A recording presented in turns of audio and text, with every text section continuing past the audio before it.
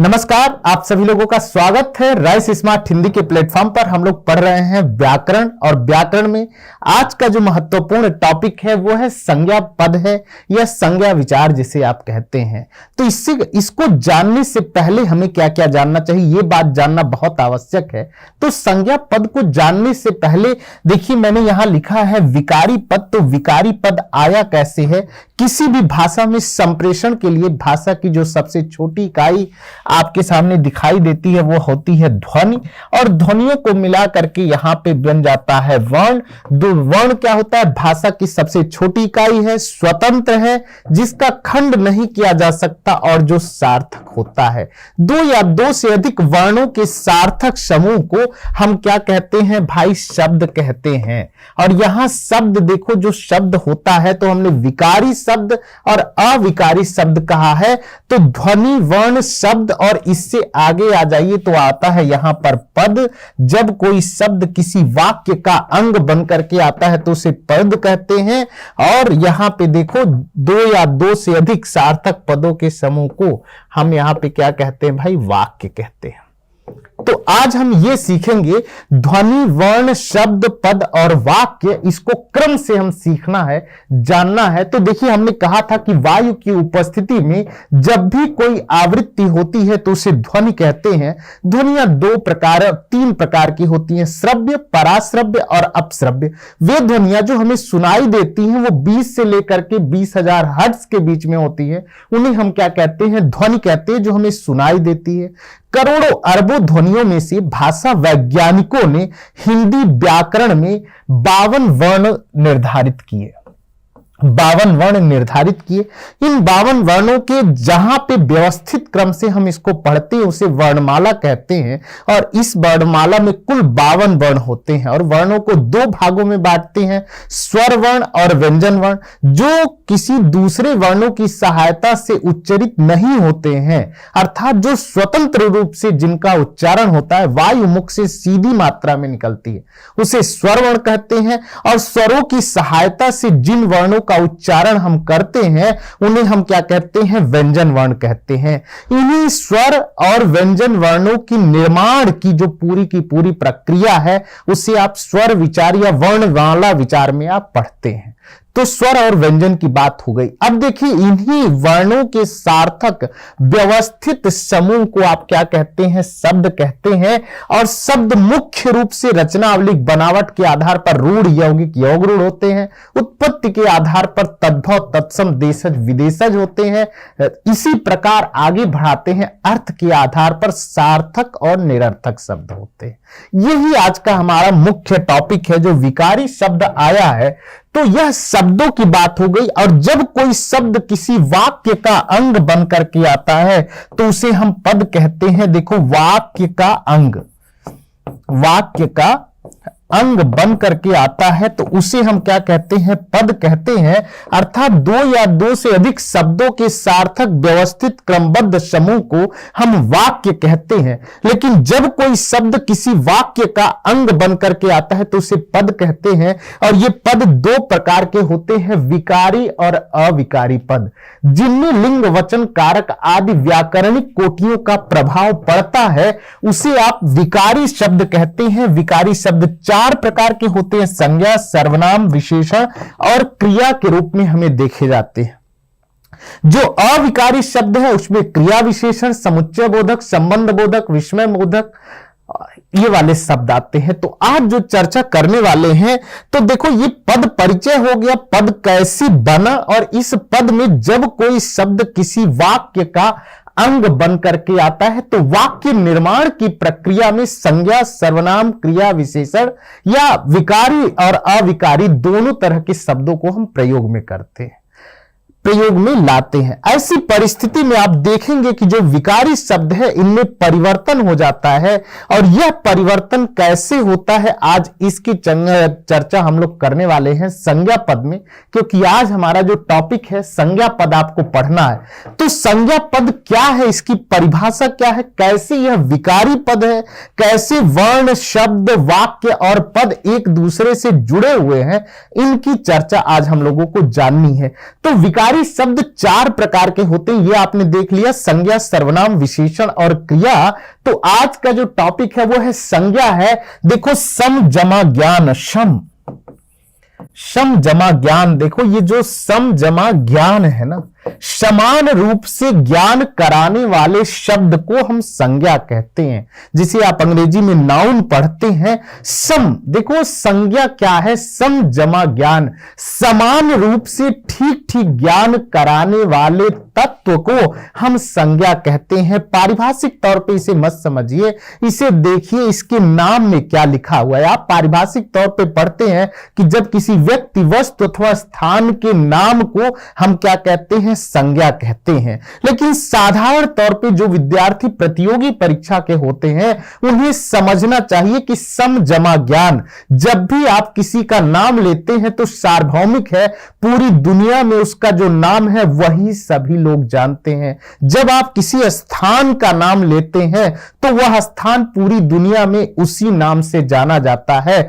जब किसी गुण की बात करते हैं, किसी विशेषता की बात करते हैं, किसी अवस्था की बात करते हैं तो वहां भी वही प्रयुक्त होता है।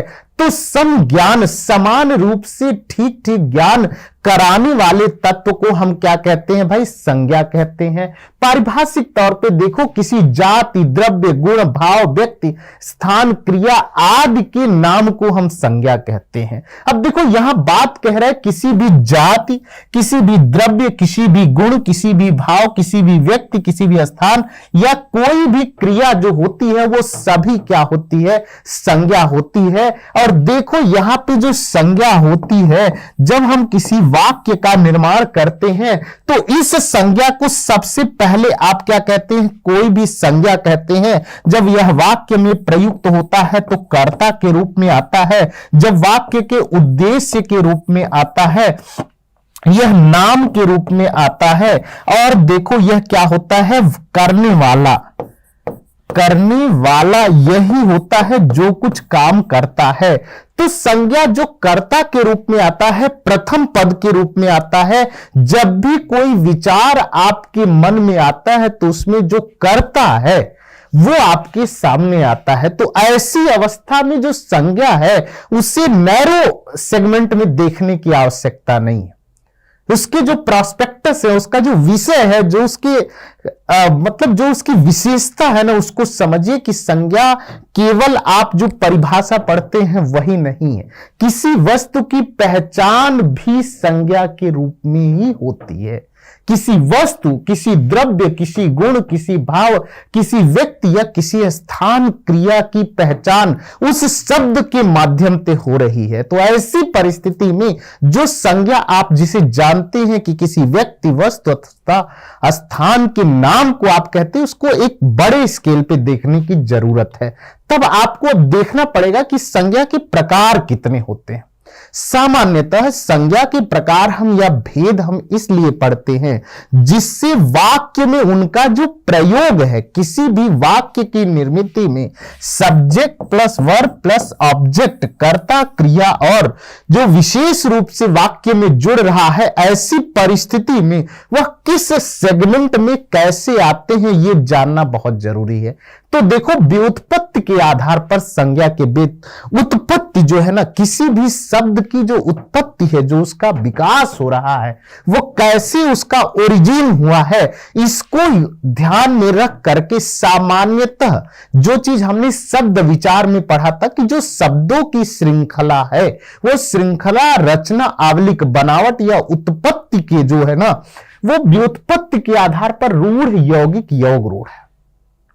किसी भी शब्द की जो निर्मिति होती है या व्युत्पत्ति जो होती है, या तो कोई शब्द परंपरा से चला आ रहा है जिसका जो अर्थ है उसी को हम रूढ़ शब्द कहते हैं, और संज्ञा इसी प्रकार की होती है। देखो सबसे पहले रूढ़ संज्ञा है व्युत्पत्ति के आधार पर जो परंपरा से चला आ रहा है, जिसका एक ही अर्थ होता है, उसे रूढ़ कहते हैं। जैसे देखो नाम है कृष्ण, यमुना, दिल्ली, आगरा, तो कोई भी नाम, कोई भी स्थान क्या है, रूढ़ संज्ञा के रूप में आता है, जो परंपरा से जिसका एक अर्थ निकलता है।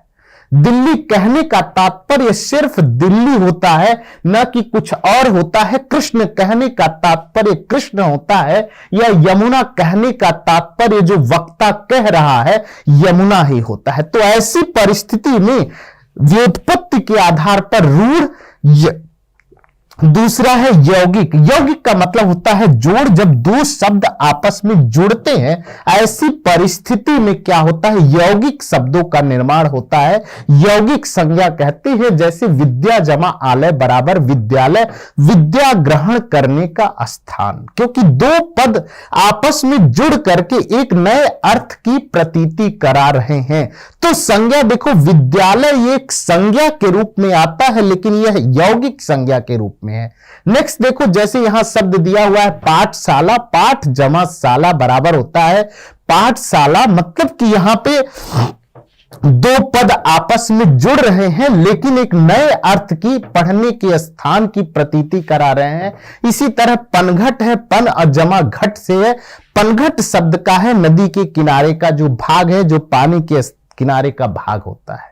तो संज्ञा में व्युत्पत्ति के आधार पर रूढ़, यौगिक और योग रूढ़ का मतलब होता है जो जोड़ तो हो पर अपना विशेष अर्थ प्रकट करते हैं। विशेष अर्थ प्रकट करते हैं जो योग रूढ़ होते हैं। योग रूढ़ का मतलब होता है दो शब्दों में जोड़ होने पर कोई तीसरा रूढ़ अर्थ परंपरा से निकलता है। जैसे देखो, जलज है, जलज माने होता है जल में जन्मा हुआ, जैसे कमल। पक्की बात है भाई, समझ आ रहा है ना। जल में उत्पन्न होने वाली वस्तु अर्थात होता है कमल, जलज, पंकज, है ना। तो ऐसे शब्द जो देखो बहुब्रीहि समास के जो शब्द होते हैं ना, वो ज्यादातर योग रूढ़ के रूप में प्रयुक्त किए जाते हैं। जैसे नीला है, जिसका कंठ अर्थात क्या होता है मेरे बच्चे, शिव होता है। तो किसी भी शब्द का जो शब्द है उसको छोड़ करके व्यंग्यार्थ के रूप में, जिसका अर्थ सांकेतिक रूप में अभिधा और लक्षणा से जिसका अर्थ नहीं निकलता है, उसे आप क्या कहते हैं, योग रूढ़ शब्द कहते हैं। तो व्युत्पत्ति आवलिक है ना। देखो, व्युत्पत्ति के आधार पर संज्ञा के तीन भेद आपने समझ लिया। एक बात और है कि संज्ञा के विकार जो है लिंग वचन कारक होते हैं। संज्ञा में जो परिवर्तन होता है, संज्ञा में जो परिवर्तन होता है वह क्या होता है, लिंग का परिवर्तन होता है, लिंग वचन का परिवर्तन होता है और कारक का परिवर्तन होता है। ये लिंग वचन कारक का मतलब ये होता है संज्ञा शब्दों से ही वाक्य में हम यह डिसाइड करते हैं, निर्णय करते हैं कि अमुक जो व्यक्ति है, वस्तु है, वो क्या व्यक्ति, वो स्त्रीलिंग है या पुल्लिंग है, वो एक वचन में है या बहुवचन में है, वो कर्ता कारक में है या कारक के सभी भेदों में से कौन सा है। तो वाक्य को निर्धारित करने के लिए जो संज्ञा का शब्द का जो प्रयोग है वह उसी के अनुसार वह ढलते जाता है। जिस सब्जेक्ट में देखो जो आपका कर्ता होगा ना, उसी की क्रिया होगी, उसी का लिंग होगा, उसी का वचन होगा, उसी का कारक होगा। तो कर्ता अपने आप में जो सब्जेक्ट है, सब्जेक्ट को डिसाइड करने का काम, निश्चित करने का काम किसके द्वारा होता है भाई, संज्ञा के द्वारा होता है। तो ये बात समझ में आ गई। चलो आगे बढ़ते हैं। अब देखो, अर्थ की दृष्टि में संज्ञा के कितने भेद होते हैं। अर्थ की दृष्टि से व्यक्तिवाचक संज्ञा, जातिवाचक संज्ञा, द्रव्यवाचक संज्ञा, समूहवाचक संज्ञा और भाववाचक संज्ञा। इसका मतलब अर्थ की दृष्टि से संज्ञा को हम 5 भागों में देखते हैं, उत्पत्ति की दृष्टि से 3 भागों में देखते हैं। तो संज्ञा को यदि पूछे आपसे परीक्षा में कि संज्ञा के कितने भेद होते हैं, तो 3/5 भेद होते हैं। अगर कहीं 3 विकल्प है तो 3, और नहीं तो 5 विकल्प आपका बिल्कुल सही है अर्थ की दृष्टि से। अब एक एक करके देखो अर्थ क्या है। वाक्य में प्रयोग करते समय संज्ञा में जो परिवर्तन अर्थ के आधार पर हो रहा है उसे हम क्या कहते हैं, अर्थ की दृष्टि से वाक्य में परिवर्तन। तो जो विकारी पद है उसी में तो परिवर्तन कर सकते हैं।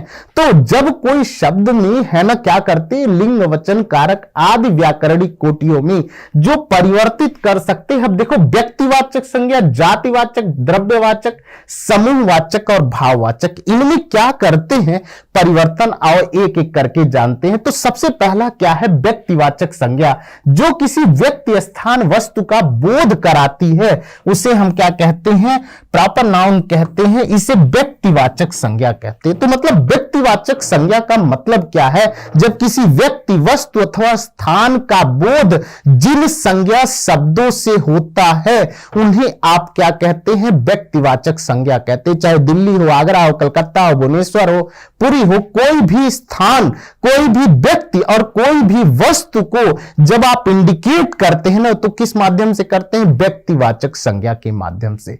अब देखो दूसरा क्या है, जातिवाचक संज्ञा, जिसे कॉमन नाउन कहते हैं। और यह कॉमन नाउन जो जातिवाचक संज्ञा है, जो संज्ञा एक ही प्रकार की वस्तुओं का बोध कराए। संस्कृत साहित्य में उदाहरण आता है गवत्व का। अब देखो गाय क्या होती है, कई प्रकार की होती है, लेकिन वो गाय ही तो है। दिन है, सारे दिन ही तो है। पहाड़ है, सारे पहाड़ ही तो है।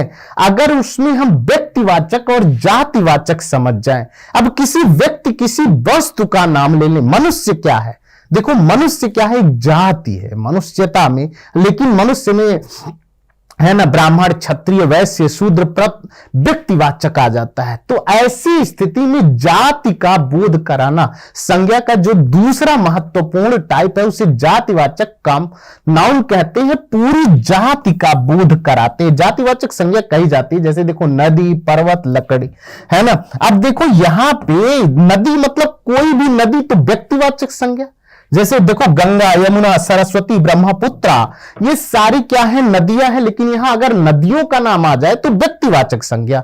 यदि केवल नदी आ जाए, पहाड़ आ जाए, जंगल आ जाए, तालाब आ जाए, कोई भी एक समूह के रूप में जहां सबके जातियों का बोध हो जा रहा है, उसे हम क्या कहते हैं, जातिवाचक संज्ञा क्या कहते हैं। तो नदी से बोध होता है, सभी नदियों का बोध होता है। अब वाक्य में आप प्रयोग करते हैं तो नदी, नदियों का, उसका प्रयोग परिवर्तित हो जाता है। ऐसी परिस्थिति में इसी प्रकार हम ये देखते हैं क्या है, अगर एक वस्तु का, एक व्यक्ति का नाम ले तो अलग हो जाता है, व्यक्तिवाचक। और जब उसको परिवर्तित या समूह के रूप में, जाति के रूप में देखते हैं तो क्या हो जाता है भाई, वो जातिवाचक संज्ञा हो जाता है। अगला देखो क्या है, द्रव्यवाचक संज्ञा। अब द्रव्य नाम कहने से ही स्पष्ट हो जा रहा है, द्रव्य का मतलब होता है जो भाई, जो जिसकी अवस्था ठोस नहीं है, जिसकी अवस्था क्या है भाई, ठोस नहीं है। तो ऐसी परिस्थिति में क्या है, जो अवस्था ठोस नहीं है, इसका मतलब है कि जिस संज्ञा शब्द से उस सामग्री या पदार्थ का बोध होता है जिससे कोई वस्तु बनती है। जैसे ठोस पदार्थ में हम आप जानते हैं कि सोना, चांदी, लोहा, तांबा, ये ठोस पदार्थ के रूप में आते हैं। जबकि जो द्रव्य पदार्थ है, तेल, पानी, घी, दही आदि गैसीय अवस्था, धुआं, ऑक्सीजन के रूप में। तो द्रव्यवाचक संज्ञा का मतलब होता है जब किसी द्रव्यीय अवस्था का बोध हो, ठोस, द्रव, गैस के रूप में। तो इस पूरे समग्र संसार में आप निर्मित को यदि देखें तो या तो आप उसे व्यक्तिवाचक के रूप में देख सकते हैं, या तो आप उसे जातिवाचक के रूप में देख सकते हैं, या तो उसे आप द्रव्यवाचक के रूप में, है ना, ठोस, द्रव, गैसीय रूप में देख सकते हैं। तो देखो दृश्यते इति दर्शना, जो कुछ आपको दिखाई दे रहा है उस दिखाई देने में एक अवस्था है ठोस, द्रव, गैस की अवस्था के रूप में, वह भी क्या होता है, द्रव्यवाचक संज्ञा के रूप में आता है। ठीक है, अगला भाग है जो चौथा भाग है जिसे आप समूहवाचक संज्ञा कहते हैं। समूह का मतलब क्या होता है, देखो एक व्यक्ति की जगह छोड़ करके यह समूह के रूप में बोध कराते हैं, है ना। जैसे परिवार क्या है, परिवार बहुत सारे परिवार हैं, लेकिन परिवार क्या है, एक समूह का बोध कराता है। जैसे दल, है ना, दल क्या करता है, एक समूह का बोध कराता है। गुच्छा, फूलों का गुच्छा, चाबियों का गुच्छा, तो एक दल का बोध कराता है। तो जो समूहवाचक संज्ञा है, जब संज्ञा किसी व्यक्ति या वाचक न होकर के, व्यक्ति का वाचक न होकर के वह समुदाय का बोध कराए, मतलब जो चौथे प्रकार का शब्द है, जब शब्दों से समुदाय का बोध हो रहा है तो उसे क्या कहते हैं? समूहवाचक संज्ञा कहते हैं। जैसे समिति, सभा, आयोग, परिवार, पुलिस, सेना। देखो पुलिस, सेना, आर्केस्ट्रा, टास, कर्मचारी, अधिकारी, कोई भी शब्द जो जैसे कक्षा है वो समूह का बोध कराते हैं, है ना। तो समूह का बोध कराए, द्रव्य जो द्रव्य अवस्थाओं का बोध कराए, ठोस, द्रव, गैस के रूप में। और ये सभी संज्ञा के प्रकार हैं। और संज्ञा मतलब ये जब भी आप कोई शब्द कहेंगे तो सबको समान रूप से प्रतिध्वनित होते हैं, दिखाई देते हैं। अगला देखो प्रकार जो है भाववाचक संज्ञा है। देखो हम जातिवाचक को समूह और भाववाचक में बांट देते हैं। मुख्य रूप से अगर संज्ञा के भेद की बात की जाती है तो उसमें थोड़ा सा परिवर्तन भी आप कर सकते हैं। देखो किसी भाव, गुण, दशा आदि का ज्ञान जहां से होता है उसे भाववाचक। तो मतलब क्या है कि जहां भाव की बात होगी, आपके गुण, अवस्था, विचार की देखो गुण, भाव, दशा आदि का बोध होता है, उसे आप क्या कहते हैं? भाववाचक संज्ञा कहते हैं। क्रोध, मिठास, यौवन, लालिमा, हरितिमा, श्वेत सभी क्या है? अवस्थाओं के एक प्रकार है। ठीक है, तो भाव है। कुछ भाववाचक संज्ञाएं स्वतंत्र होती हैं, कुछ स्वतंत्र नहीं होती हैं। सुख, दुख, ईर्ष्या, द्वेष, लोभ, मोह, है ना, श्रद्धा, प्रीति। देखिए किसी से कोई प्रेम कर लेता है, परतंत्र भाववाचक संज्ञाओं के रूप में होता है। जैसे आव, तव, पन, अन, इम, आ, ई, ता, हट आदि शब्दों का क्या करते हैं? प्रत्यय लगा करके हम इसका निर्माण करते हैं।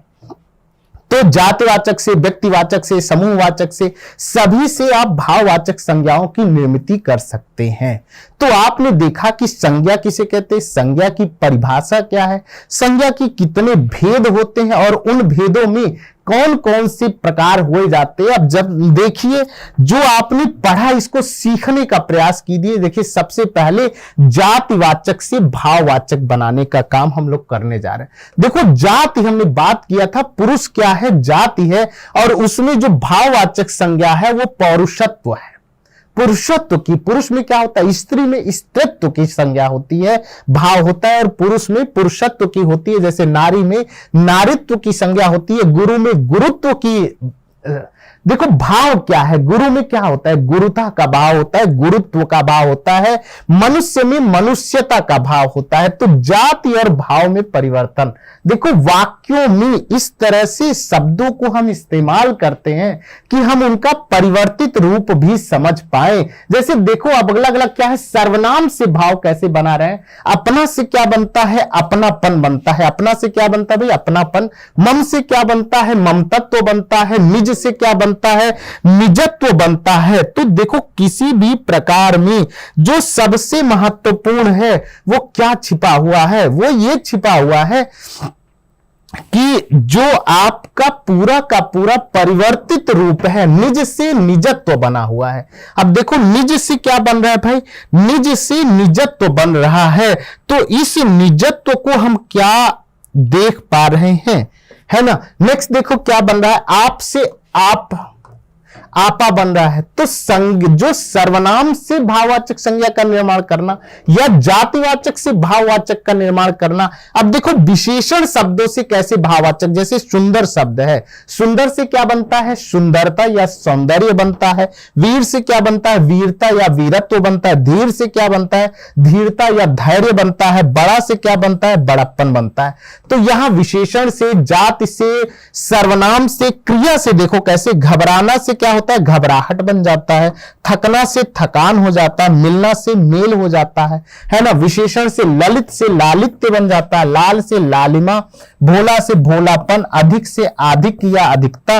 क्रिया से देखो चढ़ाई, भटकाव और रुलाई। इसका मतलब ये कहने का मैं आपको दे रहा हूं कि संज्ञा शब्दों में जो परिवर्तन हो रहा है, क्योंकि इसमें लिंग, वचन, कारक, याद, व्याकरणिक कोटियों का हम क्या करते हैं? परिवर्तित कर लेते हैं।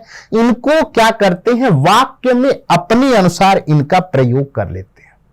तो जब कोई शब्द किसी वाक्य का अंग बन करके आता है तो उसे पद कहते हैं। और पद मुख्य रूप से विकारी और अविकारी के रूप में आता है। विकारी शब्दों में सबसे पहले आपने संज्ञा पद पढ़ा, और संज्ञा पद, संज्ञा किसे कहते हैं, संज्ञा की परिभाषा क्या है, संज्ञा की भेद कितने हैं, और संज्ञा का रूप कैसे परिवर्तित होता है, इस सब को जाना। तो आज की कक्षा में यहीं पर इतना ही। अगली कक्षा में पुनः नए टॉपिक, नए बातों के साथ आपके साथ उपस्थित होंगे। बहुत बहुत धन्यवाद।